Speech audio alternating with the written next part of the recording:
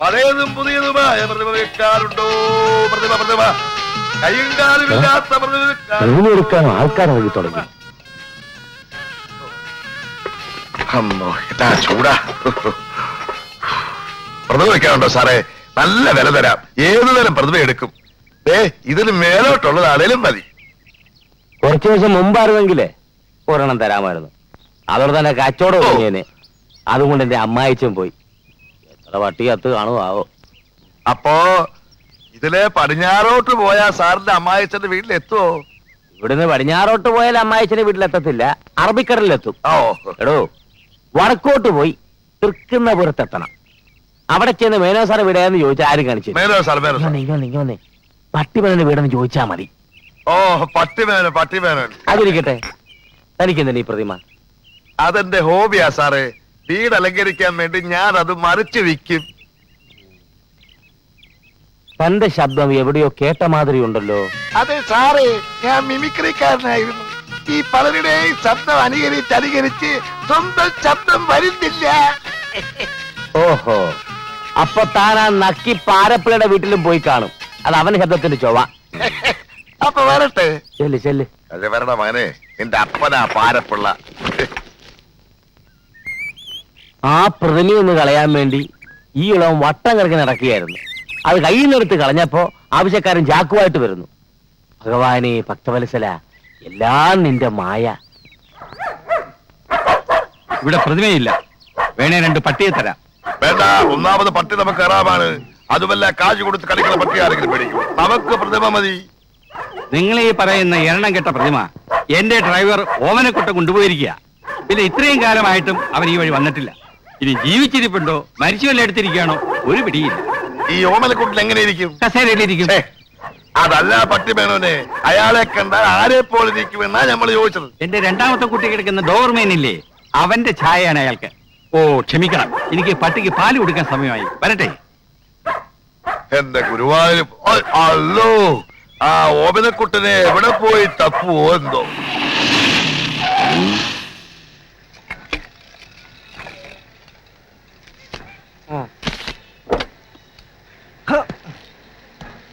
കടക്കാരൻ മരിച്ച ലക്ഷണമാണ്.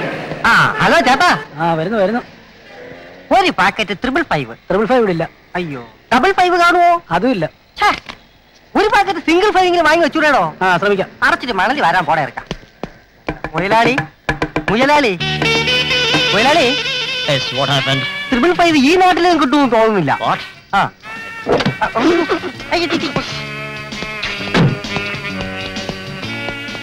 ഒരു സോഫ്റ്റ് ഡ്രിങ്ക്.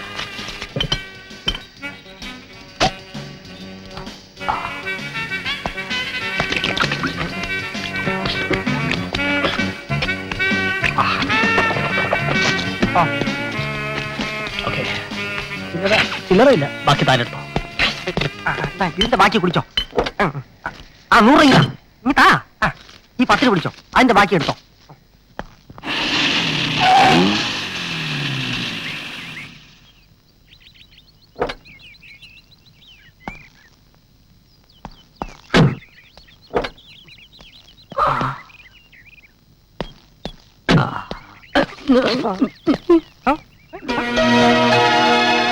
പോലീസ് സ്റ്റേഷൻ ചതിച്ചോണ്ടീശ്വര. മുതലാളി ഇത്രയും കാലം ലോക്കപ്പിലായിരുന്നു താമസിച്ചിരുന്നത്. പിന്നെ വാടക വീടെന്ന് പറഞ്ഞതോ? ഓ, മനസ്സിലായി. വലിയ കള്ളന്മാരൊക്കെ ജയിലിന് തറവാടെന്ന് പറയുന്ന പോലെ മുതലാളി പോലീസ് സ്റ്റേഷന് വാടക വീടെന്ന് പറഞ്ഞായിരിക്കില്ലേ? രാഷ്ട്രീയക്കാരനെ പോലെ ആൾക്കാരെ വഹിക്കാൻ വായിട്ട് അലക്കാതെ വണ്ടി കയറിയിടാ. നീ ഒരു ഡ്രൈവറാണ്. ഞാൻ പോയിട്ട് പോന്നേക്കാം. മാസത്തിൽ ഒരിക്കൽ ചെന്ന് ഒപ്പിട്ട് കൊടുക്കണമായിരിക്കും.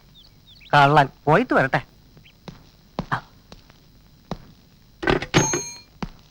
Good morning. ഞാൻ ഇവിടുത്തെ പഴയ ഒരു അന്തേവാസിയാ. ഏതാ സെക്ഷൻ? മോഷണോ പിടിച്ചോ? അയ്യോ, അന്തേവാസി എന്ന് പറഞ്ഞത് ഈ വീട്ടിൽ മുമ്പ് താമസിച്ചിരുന്ന വാടകക്കാരൻ എന്ന നിലയിലാണ്. ഓ, മനസ്സിലായി. ഡ്രൈവർ ഓമനക്കുട്ടൻ. അതെ. ഡ്രൈവർ പണി മതിയാക്കി താനെന്താ സർക്കസിൽ ചേർന്നോ? എന്താ സാർ അങ്ങനെ ചോദിച്ചത്?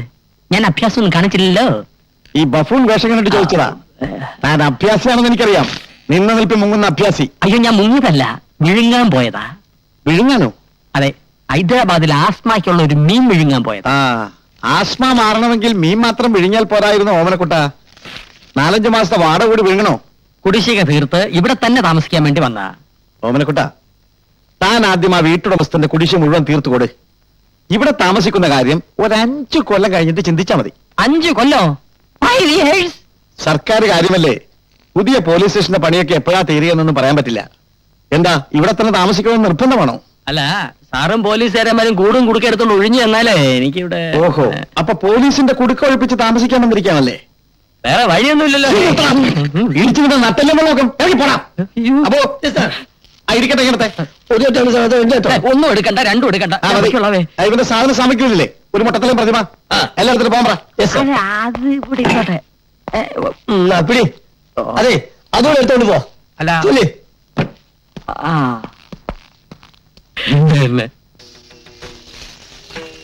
ഇനി ആശ മാത്രമേ ഉള്ളൂ ഞങ്ങൾക്കൊരാശ്രയം.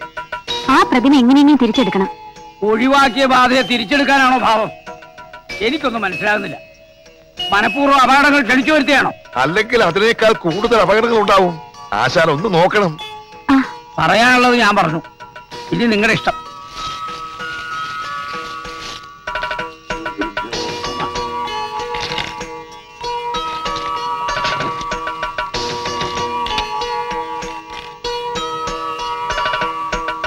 വടക്ക് കിഴക്ക് ദിക്കിലൂടെ ഈ വസ്തു സഞ്ചരിച്ചുകൊണ്ടിരിക്കുക. വടക്ക് കിഴക്കെന്നൊക്കെ പറഞ്ഞാ ഞാനത് എവിടെ പോയി കണ്ടുപിടിക്കാനാ? അത് തിരിച്ച് കൈവരാനുള്ള മാർഗം എന്തെങ്കിലും പറഞ്ഞത് ആശാനെ?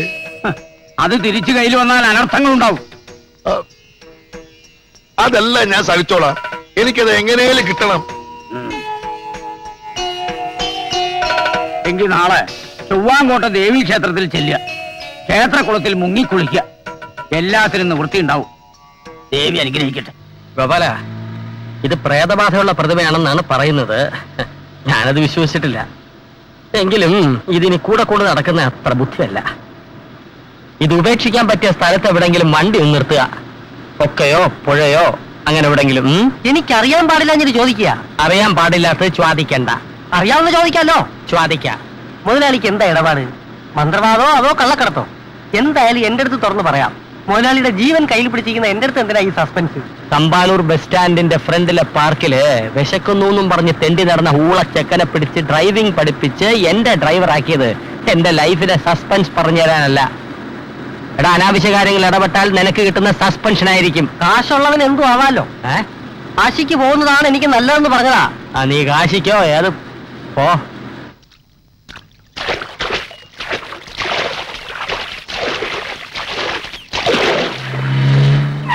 അയ്യോ, കൊക്കയോ പുഴയോ എന്താന്ന് അറിയില്ല. പക്ഷെ വെള്ളമുണ്ട്. ആ മൊട്ട തലയെടുത്ത് പുഴയിലോട്ട് തള്ളി മുതലാളി.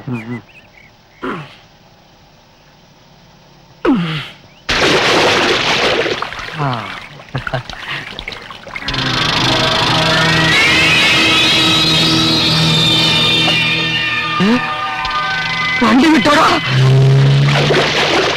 അയ്യോ കൃഷ്ണ, ഗുരുവായൂരപ്പാ, ഭഗവാനെ, എവിടെ പോയി കിടന്നിരുന്ന കല്ലിലുള്ളി. ഓ, എല്ലാം വിശാലത്തിന്റെ ഭാഗ്യം.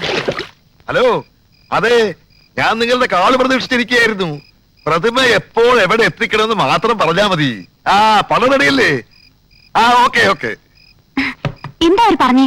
മുനിസിപ്പൽ ഗോഡൌണിൽ രാത്രി 12 മണിക്ക് പ്രതിമയായിട്ട് ചെല്ലണമെന്ന്. ശരിക്കും എണ്ണി നോക്കി വാങ്ങണം. ചിലപ്പോ കള്ളനോട്ട് കണ്ട് പറ്റിക്കും.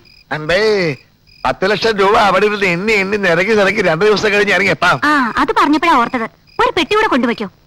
പെട്ടി അവരെന്നെ അടിച്ചുടച്ച് പെട്ടിയിലാക്കി ഇങ്ങോട്ട് അയക്കുമെന്നാ എന്റെ പേടി. പെട്ടിയായിട്ട് എല്ലാം. ഹലോ, പറഞ്ഞതുപോലെ എല്ലാം കറക്റ്റ് ആണല്ലോ? പറഞ്ഞ തുക മുഴുവനുണ്ട്. അയ്യോ, ദാദാ.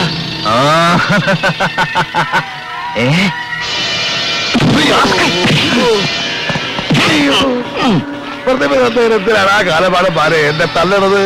സത്യം പറ, ഇതിനകത്തുണ്ടായിരുന്ന വൈരങ്ങളെവിടെ? വൈരങ്ങളോ? എനിക്കറിയില്ല. അയ്യോ,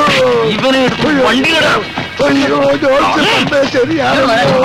അനർത്ഥങ്ങൾ തുടങ്ങി.